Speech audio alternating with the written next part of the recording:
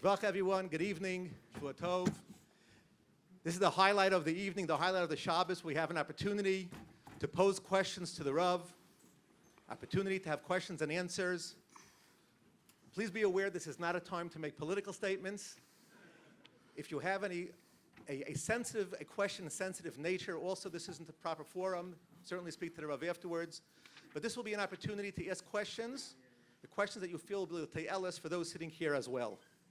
I'm going to start with the first question, and then from there, we'll pass the mic around. Someone just put their hand up, and we'll try to get to you to ask a question. First and foremost, is it appropriate to bring a gun into shul? Two questions, into shul and into shul on Shabbos.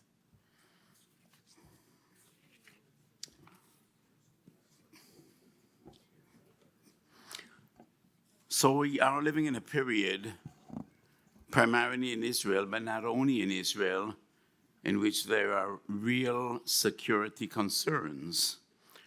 In the entire world, there's a spike in anti-Semitism, and many shuls in America, and even more so in Europe, people feel somewhat insecure.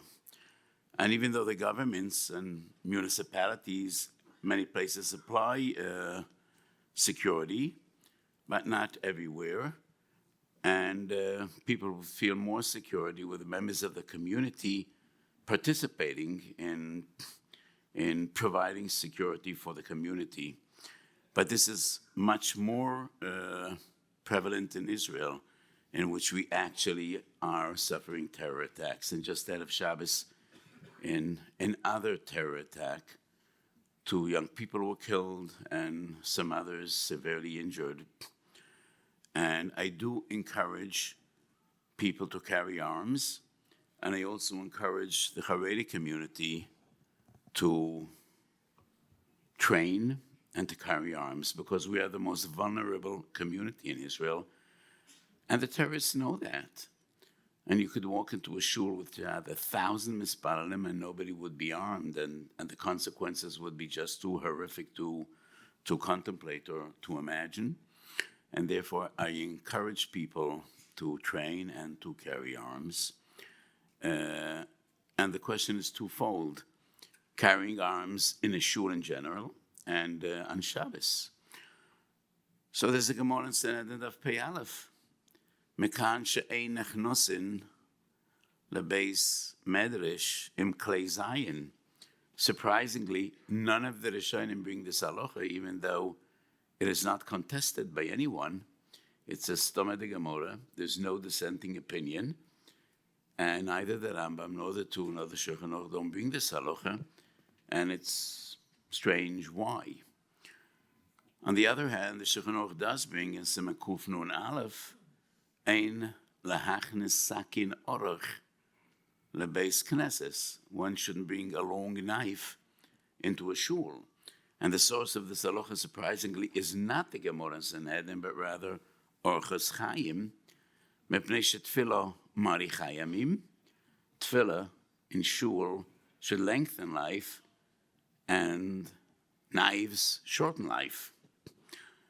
So it's strange. It's not based on the Gemara. The B'Seisef doesn't bring the Gemara, but rather Orchos Chaim. And we do not have a shiur.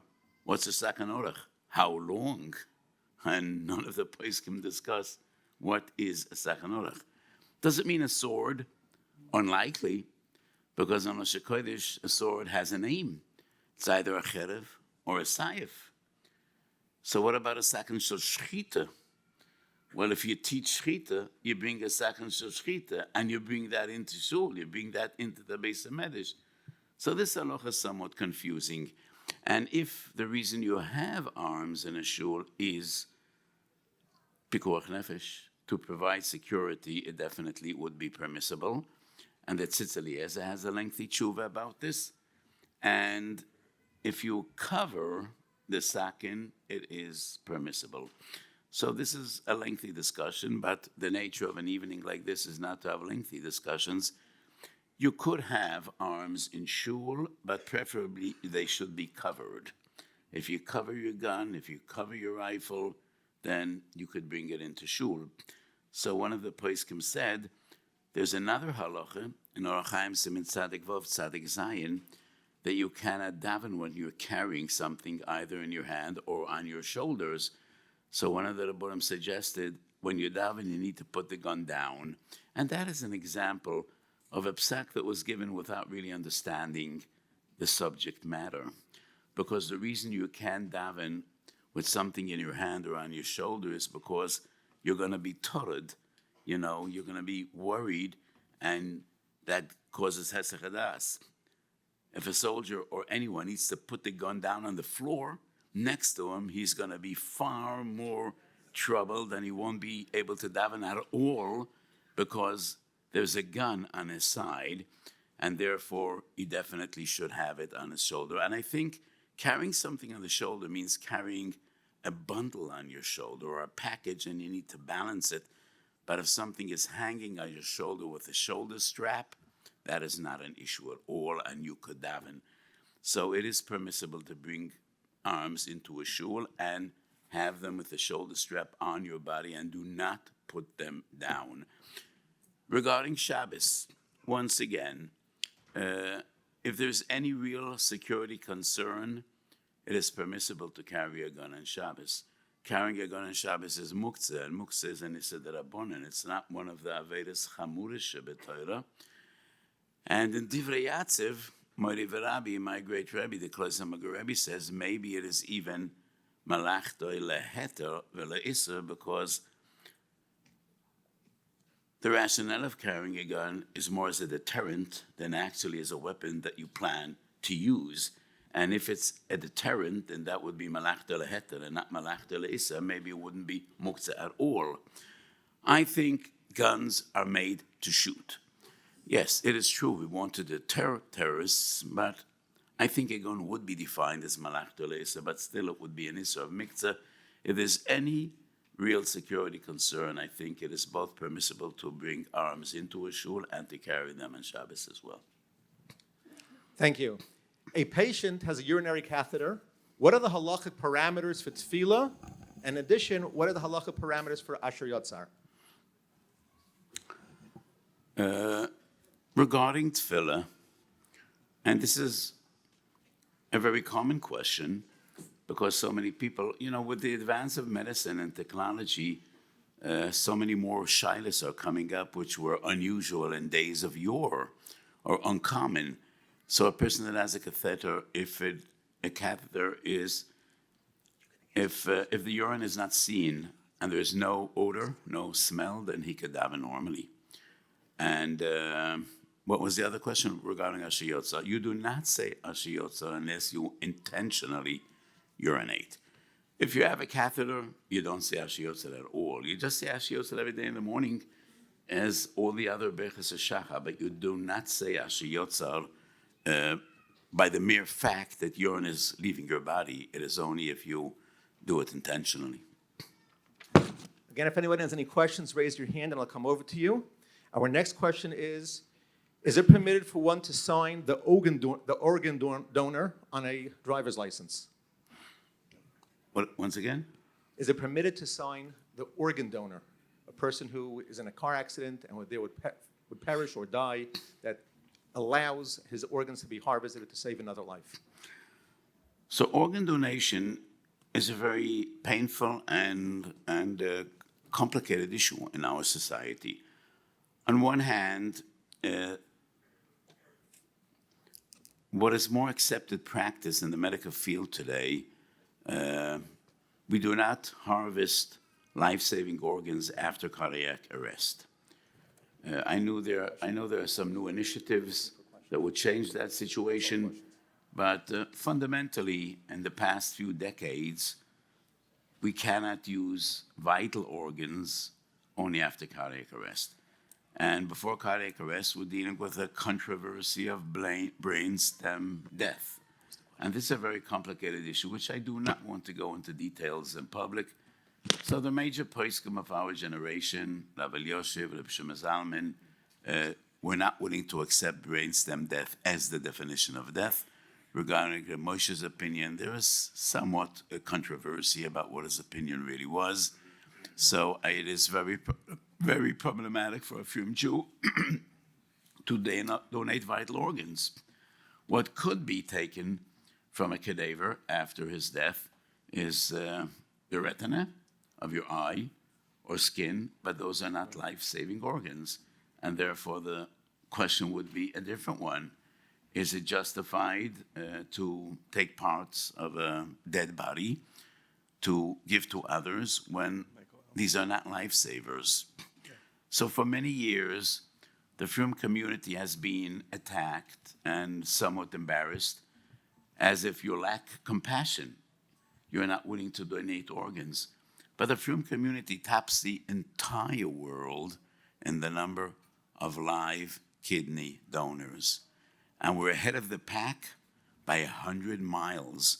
And no other society in the entire world even comes close to the number of live kidney donors. And not only to family members, but to total strangers. I personally know about 200 people that donated kidneys to save others.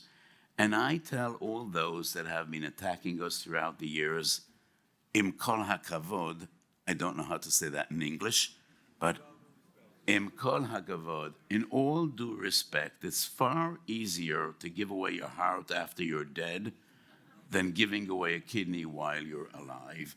So I think this is a tremendous source of pride to our community, the huge number of live kidney donors. And I think that is the greatest chesed one could even imagine, giving away your kidney while you're alive. Our next question is going to be from Dr. Michael Ullman. Yeah. I have the schluss of taking care of a number of prominent Rosh Yeshiva, both here in Eretz Yisrael. And I was in Eretz Yisrael a couple months ago and met with one of them, a very large yeshiva, and asked them the following question. I said, what are you doing for security? He said, Torah's Megan, and certainly the track record speaks on that behalf. And then I asked them the following question, I'd like the Rav to address. I said, you're a patient, you believe in Hishtadlus. What is the difference between sakanat refu'i and sakanat chamasi? If it's sakana, you have to do Hishtadlus. So why is that the exception? Yes, but were you here when we started this session? Because I thought that it was asked not to ask sensitive questions. Was that screened and you let it through? You should be fired. I might lose my job. So I will respond.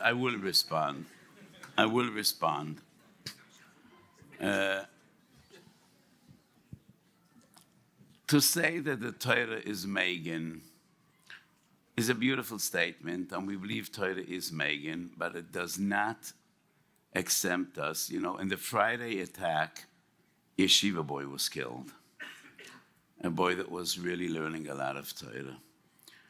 And in another attack 2 months ago in a bus stop, one of the Choshed Dayanim was killed, and another Choshed Dayan was injured. In Har Nof, terrorists came into a shul, and they killed Mispalalim in the middle of davening. So I do not think this is right to say Torah is Megan. We believe in the merit of Torah. We believe Torah is Megan. But as you said, even those that learn Torah go to doctors, and we need to do a shtadlis in every field and in every endeavor and in security as well. I do think that security is needed. However, the question is a bigger and broader question. We are vulnerable to terror attacks, and no society could really, having security 24 hours a day, wherever you go, is not a realistic endeavor. And in all societies, Frum or non-Frum, you don't have armed guards all day and all night. So I wish we could afford it.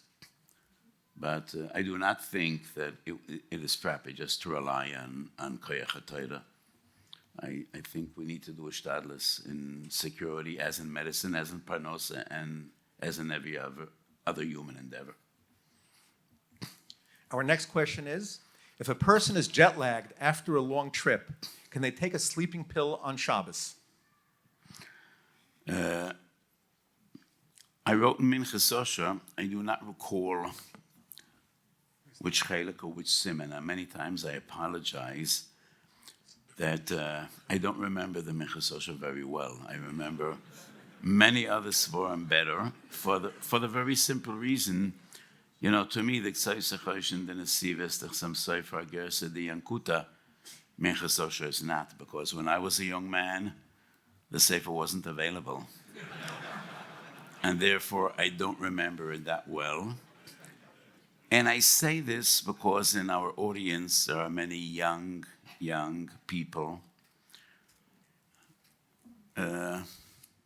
Maybe I'm an old man. I don't know how to define an old man.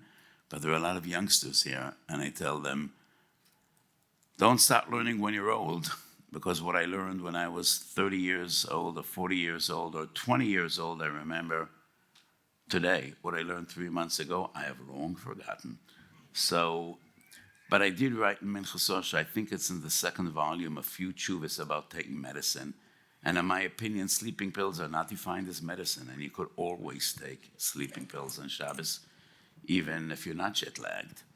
If you have trouble sleeping, you could take pills. I do not think sleeping pills or many other pills that we take in the modern world, if it's not medicine and you're not sick, you could take pills. And so many different, women take pills to prevent pregnancy or in preparation to certain procedures, as IVF, or only pills that are given to the ill are prohibited on Shabbos. Sleeping pills you could take on Shabbos in any event, in my opinion. Next question is, how should we view medical instruction of the Gemara when it goes against current medical science? Was it merely based on the doctors of their day, or is it part of Torah Sheba'al Peh, which applies even if it goes against current medical science? For example, different cases the Gemara says it's sakana, and once you machal Shabbos, another example might be eating fish and meat together. So the question is twofold. There are many lengthy sugyas in Shas in which Chazal suggest cures and medicine and remedies to the ill, and other sugyas in which Chazal describe life-threatening situations, and according to modern medical science, these are not life-threatening at all. So the question is twofold, and I will address both parts of the question. Regarding remedies and medicines that we find in Chazal, which in modern medicine are totally not to be understood, and they don't make sense. This is a Tosfos in Moed Katan Daf Yud Aleph. And Tosfos already writes that the refuah shebeimei Chazal should no longer be used today, and that is a Tosfos in Moed Katan Yud Aleph. What do we find in Moed Katan Yud Aleph? The Gemara says fish, before they become totally decomposed or before they rot, fish is very healthy. And at that stage between being fresh and being totally decomposed, that is when fish are most healthy. And Tosfos writes, this is no longer true. And nishtanu hadvorim, things have changed. And it's not clear in Tosfos whether the kavanah of Tosfos is things have changed, or maybe when Chazal deal with medicine, they just echo what was accepted practice in their day and age. And when Chazal speak about medical remedies, it is not an integral part of Torah Sheba'al Peh, but rather medicine is not part of Torah. And what Chazal say is what was accepted of practice in their day and age, and therefore today we might know better. So it is not clear. There are two different interpretations in Tosfos, but Tosfos already says that we should no longer use the refuahs of Yemei Chazal. So from the days of the Amoraim to the days of Tosfos wasn't that long, and we live 900 years later, and medicine has developed since then, so we no longer use those remedies and those refuahs that we find in Chazal, and that is based on Tosfos and Moed Katan Daf Yud Aleph. Second part of the question is things that Chazal describe as a sakana, and modern medicine does not agree with that sakana. And this question, my response is more nuanced, because l'cha'ire, it is a very confusing sugya. On one hand, let's take mitzitza as an example. So mila, circumcision, has three parts. Mila, which is removing the foreskin, the orla, priya, and mitzitza. And the Gemara is clear, mitzitza is not an integral part of mitzvahs mila, it is only to prevent sakana. In modern medicine, we do not know why mitzitza is necessary to prevent sakana. And nevertheless, we do mitzitza on Shabbos, chashash sakoros. This is the Mesodas of Chazal. So al pi Kabbalah, according to the Kabbalists, mitzitza is a part of Mila, but that goes against the Gemara, and usually halacha is based on Gemara. That is the fundamental source of all halacha.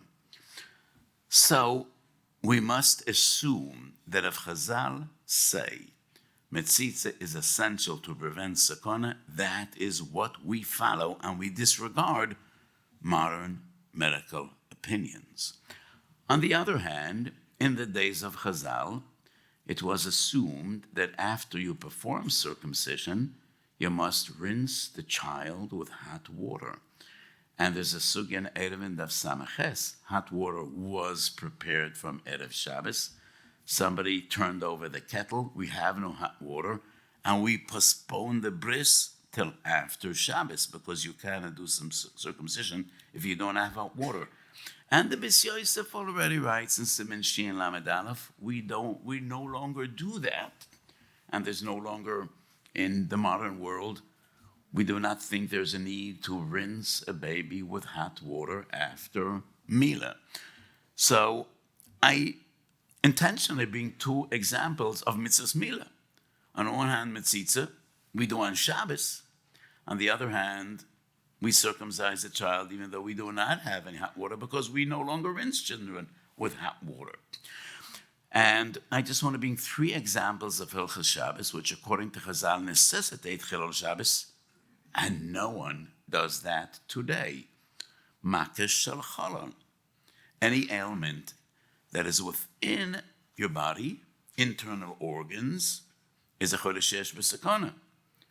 Nobody would be machal Shabbos if a person has a sore throat. Your teeth, inward, is a makesh shel cholon. But nobody is machal Shabbos for a sore throat or even a diarrhea or anything else, even though it's a makesh shel cholon. Makesh shel gavayad, back of your hand, machal Shabbos, makesh shel barzel.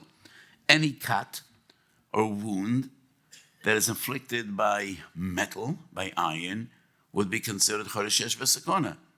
Nobody would be machal Shabbos today.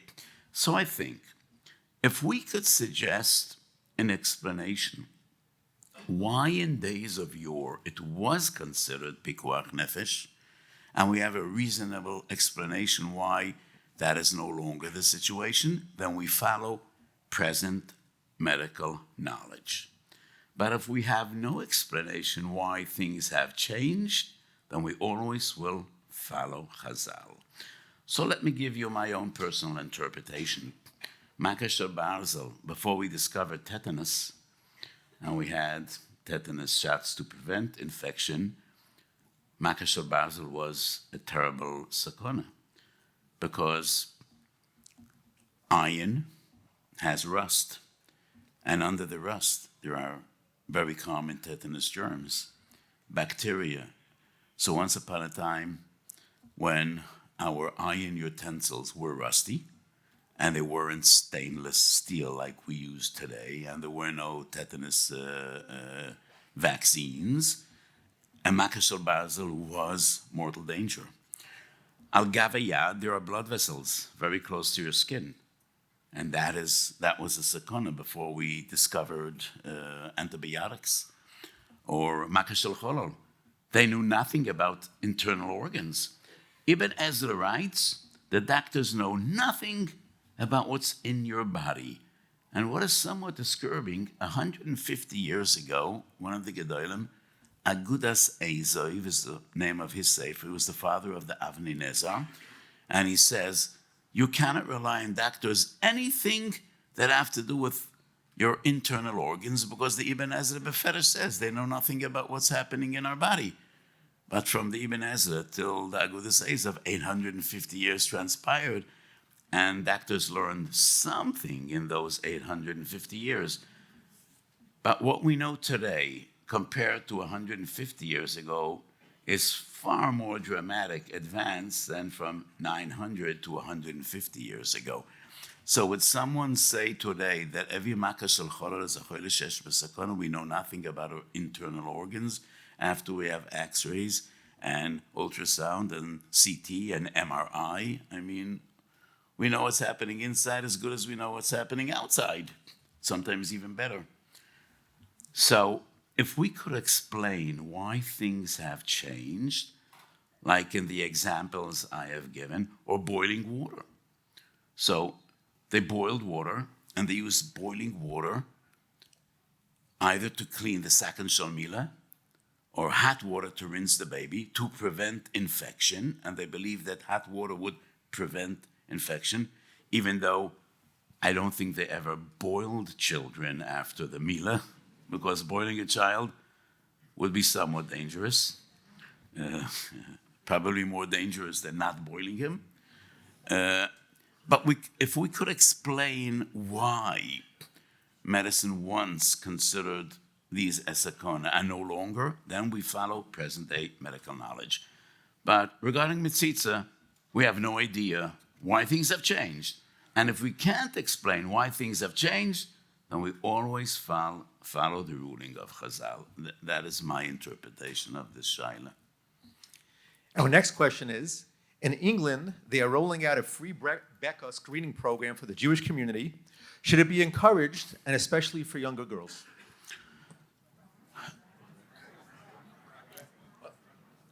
BRCA, BRCA, the BRCA gene. Generally speaking, I think our community needs to be more aware of the benefits of early detection of disease. Early detection saves lives, and therefore I think the community at large should be encouraged to screen any person. I'm not a doctor, and I apologize. Many people turn to me for medical advice, and I say, I might know a little bit more than the average Rov about medicine, but I'm not a doctor, and I can't. Any average doctor knows 100 times more than I know about medicine, and that's needless to say. But I do know that early detection saves lives, and therefore I think our community should be encouraged. Every person over 40, over 50, I don't know what the regulations are, should have a colonoscopy every few years. And I'm not going into numbers, I'm just talking about ideas. And women should have mammographies or whatever is needed to detect illness at an early stage, because that saves lives. So we are familiar with the BRCA gene or the BRCA gene. And I think people should test, women should test for the gene. And I've been asked 1,000 times, so if a woman does have this gene, should she undergo surgery? I cannot say al pi halacha she needs to, but many times the formula I use to answer questions, I say, if you would be my son, if you would be my daughter, I try to imagine what my advice would be. And I do advise women that have this faulty gene to take preventive measures. And I don't want to go into details whether it's removing ovaries or breasts, or I don't want to go into details, but take it seriously, because life is more precious than anything else. And we should do whatever could be done to preserve life, and we should all have arichas yamim. So I think people should be tested. I do not think there's a reason to test young girls, because what's the benefit of testing young girls? The risk is somewhere at the age of 35 or up, it is very common that these girls or women would develop cancer. So you take care of it then. but I do recommend testing. What prevents people from testing is the fact that if I test positive, I have a problem with shidduchim, and I want to tell you, you have no problem with shidduchim. This does not need to be shared. This is confidential information. If a woman or a family has this faulty gene, and it is not information that needs to be shared with another family, a prospective chassan or kala. I think I spoke about this in my session that I had Friday, so I would encourage testing. Generally speaking, I would encourage screening and early detection of disease to save lives. I know that there are some gedolim that have the opinion, if you don't know, you're safer than if you do know. I don't think so. My humble opinion, also based on Chazal and our sources, I think ignorance is never a virtue. And knowledge is never a chasaron, is never. So I think you should test, you should screen, and we should try to detect disease at a very early stage when it could be treated and preserve life and prolong life. Our next question comes from Dr. Spataro. How should a frum doctor balance the choice of learning Torah and improving his medical knowledge? I think this is a question asked not only by doctors, by lawyers, by businessmen, and by everyone. How do we balance out various important things in our lives? Maybe it is more serious by doctors because doctors in their very profession are Mekayim a mitzvah, and that is v'rapo yerapa, especially when treating Jews. So there's a beautiful story about the Chazon Ish I told so many times, and HaKadosh Baruch Hu should give me koyach to tell the story many more times. When Rabbi Yosef Eliyahu Henkin was maspid the Chazon Ish, he told the story. I first met the Chazon Ish in a little Russian town called Stovzi. We were both young people, and I didn't know who he is. And I came to visit the local Rav. His name was Rabbi Sorotskin. And the Chazon Ish walked out of the Rav's room, and I asked him, who are you? He said, my father is the Rav of Kosovo. That is not the state Kosovo in Central Europe. It's a town in Lithuania. I asked him, what do you do? He said, we run a shop, because the Chazon Ish's wife worked in a shop and provided for the family. So the Chazon Ish said, we run a shop. I asked him, do you learn? And he said, wenn ich hab Zeit, lerne ich. When I have time, I learn. And obviously, he had a lot of time.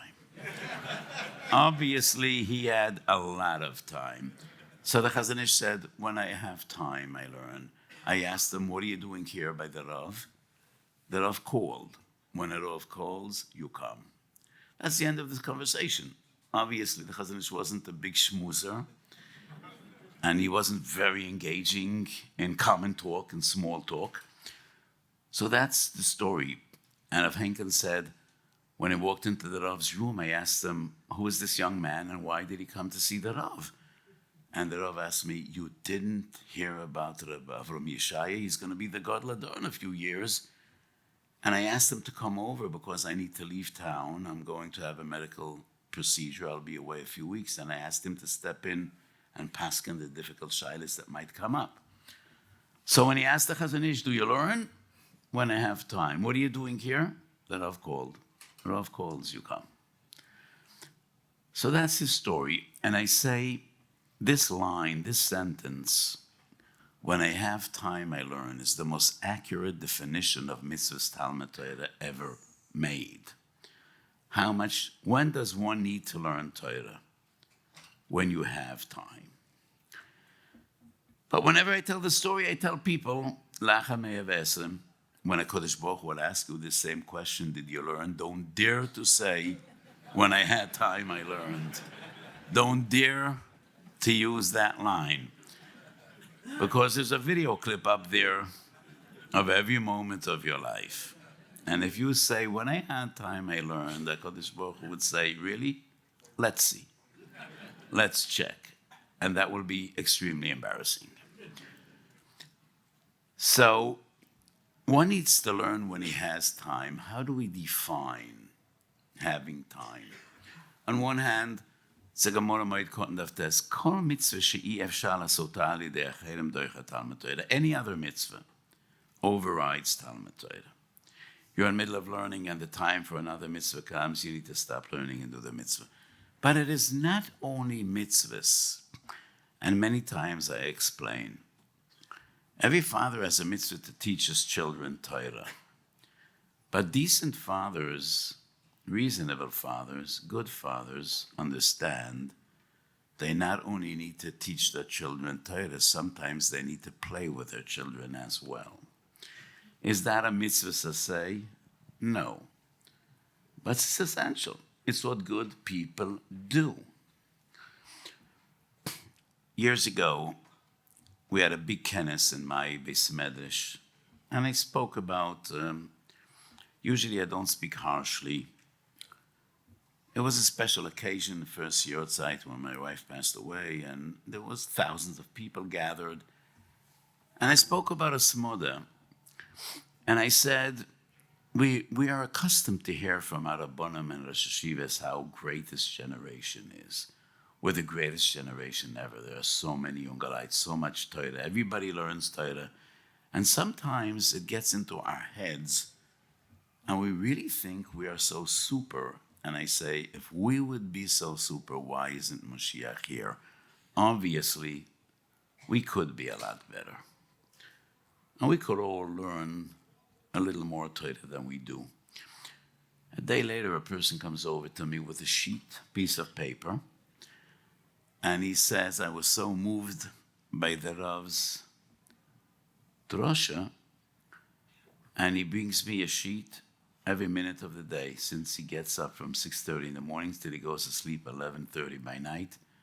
And he asks, where could I fit in some more learning? And I look over the sheet and he writes, I come home 7 o'clock from Koil Seder Sheni, and I spend time with my wife a half hour to 7:30, and I said, this is holy. I'm not going to change this. This stays intact. Come home after a whole day in Koilel, yes, you need to spend some time with your wife and ask her, how was your day? And how do you feel? And how are you doing? And how are the kids? So it's not a mitzvah to say, but it's what good people do. It's what good fathers do. It's what good husbands do. So how do we define having time? When the Chazon Ish says, when I have time, I learn. It is a relative concept. And HaKadosh Baruch Hu will judge every individual lefi ma shehu, according to his difficulties and hardships, his parnasa, his family situation. So it is very difficult to define. So how does a doctor balance learning Torah with his profession? I mean, you definitely, even doctors need some time for themselves. Doctors usually have wives. Doctors usually have kids. Doctors usually have husbands. There are many women doctors here as well. So everybody needs to balance out his family, his profession, his Torah learning, and doctors are no different than others. And even doctors sometimes take vacations, and it's legitimate. Doctors are people, and if you want them to be good doctors, and if you want to attract good people to be doctors, they deserve a normal life, and they deserve time for themselves and for their families. And, well, I haven't been very clear in my response, but I did my best, and I think... Thank you. With regard to Hilchas Shabbos, what is the status of one taking Tylenol or Advil or allergy medicine? So I think Tylenol, Advil, or allergy medicine are medicines. Are medicines because the only reason to take these medicines is either you have a fever, either you have a serious headache, either you have a debilitating allergy. So these are medicines. And there is an issue to take medicine unless you are a chole she'ein b'sakana, which means if you have a severe headache and you can't function properly, then you could take medicine. If you have a mild headache, you should not take medicine. But these are medicines. But generally speaking about medicines on Shabbos, I paskin in accordance to the Shlomo Kluger and the Chazon Ish. Any medical treatment that you started before Shabbos could be continued on Shabbos. What is the Torah perspective with regard to being obese? Is it forbidden by Torah halacha? And if yes, this is kind of ironic to be asking to see after such a beautiful Shabbos, delectable meals. Is it forbidden to be obese? And what must one do to get rid of it, such as surgery or medicine? In other words, are you permitted to be fat? Obese is a nice word, and the modern world doesn't like to be hurtful. Is it permitted al pi halacha to be obese? I have known some gedolim that were obese, so we need to assume it is not a prohibition. It's not a prohibition, but it's not recommended. We know more about health and medicine today than we ever knew before. And we know that obesity is a medical problem, and it's healthier not to be obese than to be obese. And generally speaking, a few years ago, after a year and a half of Corona, I printed a Minchas Osha Sefer on Corona.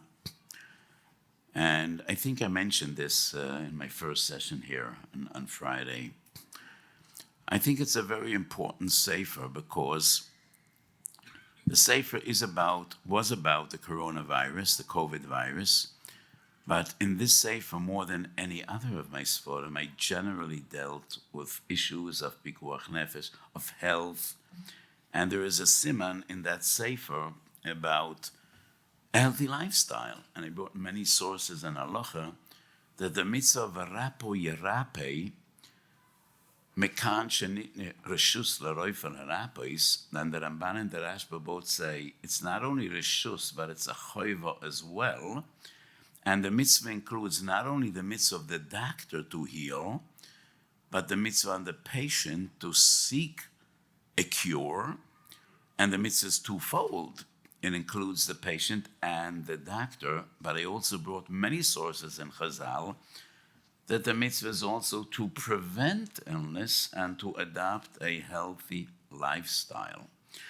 So asking me, is it an issue to be obese, is it a chiyuv to exercise? I cannot say it's an issue to be obese, and I can't say it's a chiyuv to exercise, but it's the right thing to do. I know, there's an expression in Chazal, Nuah doirish ve'einoi noah mekayim. Not always do we practice what we preach, and I wish I would take better care of myself, which I don't, because I'm so busy and so overwhelmed. And some of my doctor friends give me musar from time to time, and I encourage them to give me more musar, because the musar you have given me up to date was not successful. So please give me more musar. So it is definitely a mitzvah to adapt a healthy lifestyle and do whatever you can to prevent illness and not only to cure illness. And it goes without saying, as much as we could do to prevent illness in the first place is preferable to turning to doctors after you have medical problems. So I definitely think that caring for yourself includes three basic components. Your diet, your physical activity, and screening and early detection. Because not always is illness a result of what we do or what we don't do, and many times it's just a heavenly decree. And therefore, I think if this is the last question we're dealing with, I don't know, then I would definitely conclude this session by saying and encouraging people to focus on three different elements regarding our health, which would be a proper diet and physical activity and early screening to detect illness. So I just want to take this opportunity once again and to thank this unbelievable organization, and what a beautiful Shabbos we spent together. And I know some of our guests are leaving tonight, so I want to first of all thank Dr. Friedman. I don't know whether he is present. He's right here. Is he here? He's right here. I brought him to the front. We could thank him publicly. So, Dr. Friedman, I really want to thank you. It's just a pleasure to know people like you, such wonderful people like you and the entire staff. And to me, it was a big source to be with you for Shabbos, with such a huge, huge crowd and such a wonderful crowd. And I hope that the next session will be in Yerushalayim, Kodesh, with Lacha Bois Mashiach Tzedkenu. I have one request to Dr. Friedman. Mashiach will come. We'll have Tchias HaMaisim. You're going to have 10,000 Gedolim greater than me, but please invite me to the next session in Yerushalayim.